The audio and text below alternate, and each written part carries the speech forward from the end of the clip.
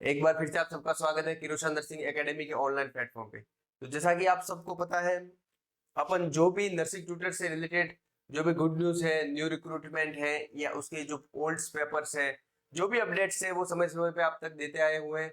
सो आज जैसे last 2 days पे एक गुड न्यूज आई थी, एम्स ऋषिकेश में नर्सिंग ट्यूटर की बहुत सालों बाद परमानेंट वैकेंसी आई है, रेगुलर रिक्रूटमेंट है। अभी देखें लास्ट 3 ईयर से अभी तक contractual, last 3 to 4 year contractual outsourcing चल रहा था, लेकिन पहली बार नर्सिंग ट्यूटर में एम्स ऋषिकेश में परमानेंट वैकेंसी आई है।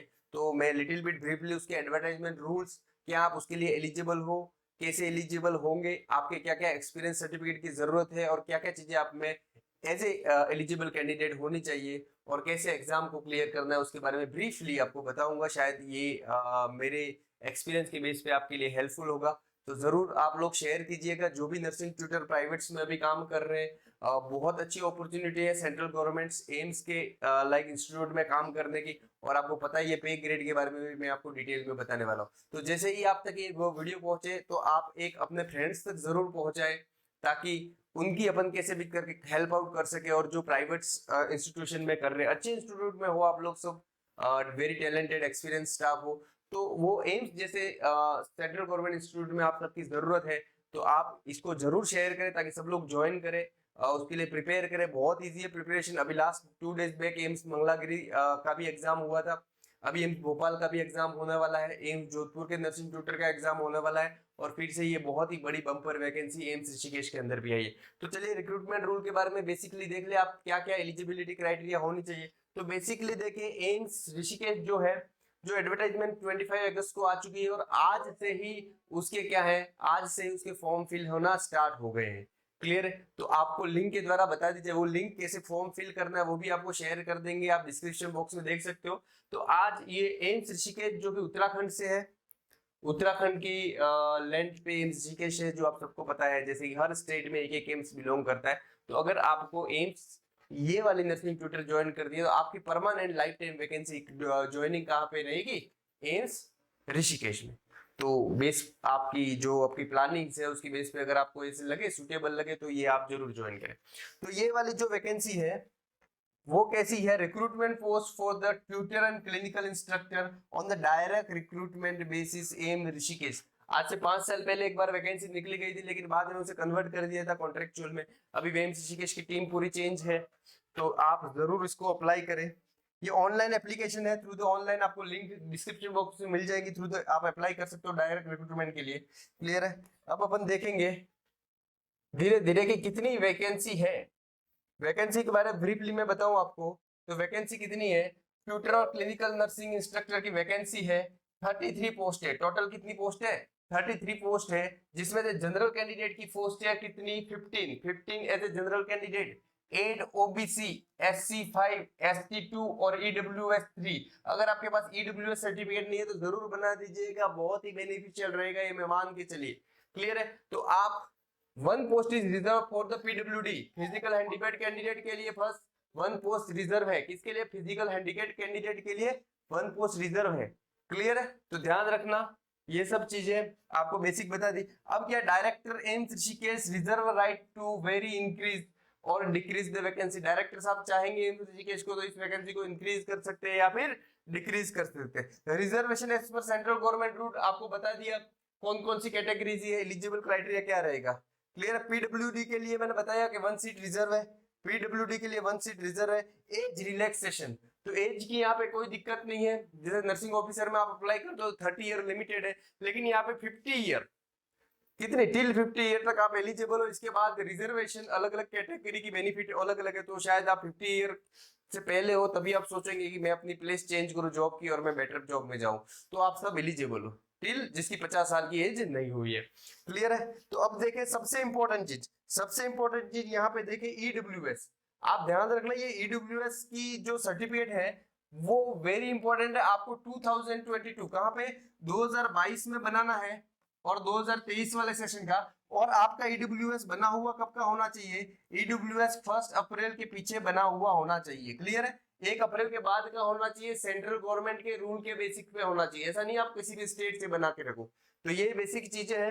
तो ध्यान रखना ईडब्ल्यूएस। अब क्या होता है, कभी कभी ईडब्ल्यूएस के कैंडिडेट भी नहीं मिलते, क्योंकि मोस्ट ऑफ द कैंडिडेट जो ऑलरेडी जॉब में रहते हैं और 8 लाख की लिमिट होती है ईडब्ल्यूएस में, सबकी सैलरी इतनी रहती है, तो ईडब्ल्यूएस की सीटें भी कभी कभी वैकेंट होती है। तो अगर आप ईडब्ल्यूएस कैंडिडेट से बिलोंग करते हैं तो जरूर इसके लिए अप्लाई करें, मेक श्योर करा। अगर ईडब्ल्यूएस के कैंडिडेट सुटेबल नहीं मिलते हैं तो या तो सीट रहेगी बैकलॉग में जाएगी, अगले साल आएगी। अगर रिक्रूटमेंट कमिटी चाहती है तो जनरल कैंडिडेट उसमें ले सकती है। क्लियर है? चलिए अब आगे देखते हैं अपन, थोड़ा सा ब्रीफली देखें। तो जब इसेंशियल क्वालिफिकेशन क्या है, क्या क्या क्वालिफिकेशन होना चाहिए आपके ट्यूटर बनने के लिए, है ना? तो बेसिकली उन्होंने मांगा है बीएससी नर्सिंग। क्या मांगा है? बीएससी नर्सिंग आईएनसी से रजिस्टर्ड होनी चाहिए। क्लियर है? बीएससी नर्सिंग हो गई। 3 year experience in teaching institute, मतलब फिर से गुड न्यूज है, अगर आप हॉस्पिटल में काम कर रहे हो, नर्सिंग ऑफिसर हो, क्लियर है, या फिर किसी बिग इंस्टीट्यूट में काम कर रहे हो जहाँ पे मेडिकल कॉलेज है, नर्सिंग इंस्टीट्यूट है, तब आप एलिजिबल हो इसके लिए। एज ए स्टाफ नर्स भी काम कर रहे हो आप एलिजिबल हो, लेकिन आपका इंस्टीट्यूट टीचिंग इंस्टीट्यूट होना चाहिए। कैसा इंस्टीट्यूट होना चाहिए? Teaching institute. Like we are working in the AIIMS as a nursing officer, तो हम लोग एलिजिबल है। अगर आपके पास टीचिंग एक्सपीरियंस नहीं है तो भी। क्लियर है? 3 ईयर का एक्सपीरियंस होना चाहिए। डिजायरेबल क्या है? अगर एमएससी नर्सिंग है तो बेटर है। रजिस्टर्ड नर्सिंग आप आरएनसी या जो भी स्टेट नर्स काउंसिल रजिस्टर होना चाहिए। 3 year experience in teaching institute. अगर आपने पोस्ट एमएससी किया है तो आपके लिए डिजायरेबल है, उनको ऐसे कैंडिडेट की जरूरत है। लेकिन बीएससी विद 3 ईयर भी एलिजिबल हो आप भी, अगर आपका इंटरव्यू रिटर्न अच्छा करते हो तो आप सेलेक्ट हो सकते हो। पीएचडी एमफिल किया हुआ है तो बेटर है, कोई इशू नहीं है। लेवल 10 है, grade pay around above 1 lakh salary है ज्वाइनिंग पे ही। क्लियर है? एज सर्टिफिकेट कितनी मांगी है? तो एज 50 ईयर मांगी है। ओके चलो और थोड़ा सा देख ले अपन कि और क्या क्या जनरल कंडीशंस है। तो डेट ऑफ द रजिस्ट्रेशन आज से शुरू है, 1 सितंबर से शुरू है और 15 अक्टूबर तक है। 1 सितंबर से 15 अक्टूबर तक आप एलिजिबल हो। आपकी साइट अभी डिस्क्रिप्शन लिंक में देख लेंगे या www.aims.edu.in। ईमेल आईडी और कांटेक्ट नंबर ये है, कोई डाउट है तो इस पे कांटेक्ट कर सकते हैं, तो इससे कांटेक्ट कर सकते हो आप।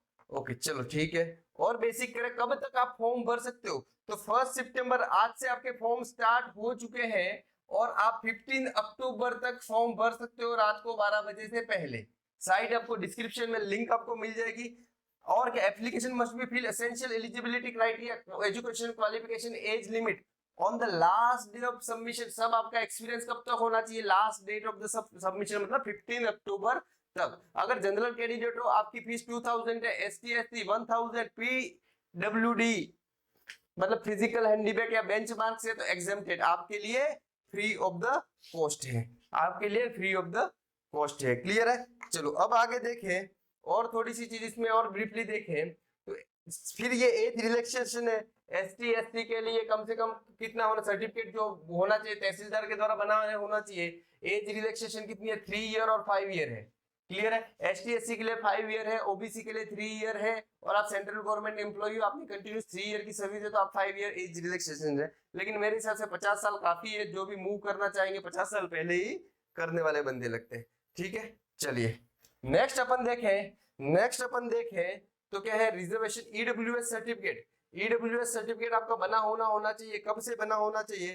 तो आपको मैंने बताया कि 1 अप्रैल 2022 का बना हुआ होना चाहिए। क्लियर है? 2022-23 सेशन का बना होना चाहिए। 1 अप्रैल क्या है 2022 से 15 अक्टूबर 2022 के बीच का बना होना चाहिए, ना पीछे ना पहले। तो ध्यान रखना ये चीज आपको पता होनी चाहिए, नहीं तो बाद में आप बोलोगे सर ईडब्ल्यूएस सर्टिफिकेट कहाँ से लाए, आपने तो बोला था। क्लियर? तो ये चीज ध्यान रखना। फिर भी आप रिक्रूटमेंट ग्रुप पढ़ सकते हो तो ये आपके लिए हेल्पफुल रहने वाला है जी। ठीक है? तो आप सबको पता है पहली बार बहुत सालों बाद एनसीसी के इसमें नर्सिंग ट्यूटर की परमानेंट भर्ती आई है, तो आप लोग जरूर अप्लाई करें। आपको लिंक दे दी जाएगी डिस्क्रिप्शन बॉक्स में, किरोशा एकेडमी डाउनलोड कर सकते हो। हम आपके लिए जो भी हेल्पफुल कंटेंट है, ओल्ड पेपर है या प्रीवियसली जो भी हमारे पास एक्सपीरियंस है, कैसे लोग सिलेक्ट हुए, हमारे कैंडिडेट कैसे सिलेक्ट हुए डिफरेंट इंस्टीट्यूट में, हम बहुत ही जल्दी एम्स मंगलागिरी का भी पेपर लेके आएंगे जो अभी रिसेंटली 2 डेज बैक हुआ था, मेमोरी बेस आप तक लाएंगे और आपको ये सब चीजें जरूर हेल्पफुल रहेगी। So thank you very much. आप आपके जो भी कलीग है जो नर्सिंग ट्यूटर की तरह जॉब कर रहे हैं प्राइवेट इंस्टीट्यूशन में, nursing officer as a nursing officer job कर रहे हो, staff nurse in the hospital with 3 year experience है और आप टीचिंग इंस्टीट्यूट में, तो आप जरूर उन तक पहुंचाएं ताकि ये हेल्पफुल रहे और मैक्सिमम अच्छे बंदे एम्स ऋषिकेश के लिए नर्सिंग ट्यूटर के लिए अप्लाई करें और वहां पे सेलेक्ट हो। Thank you very much.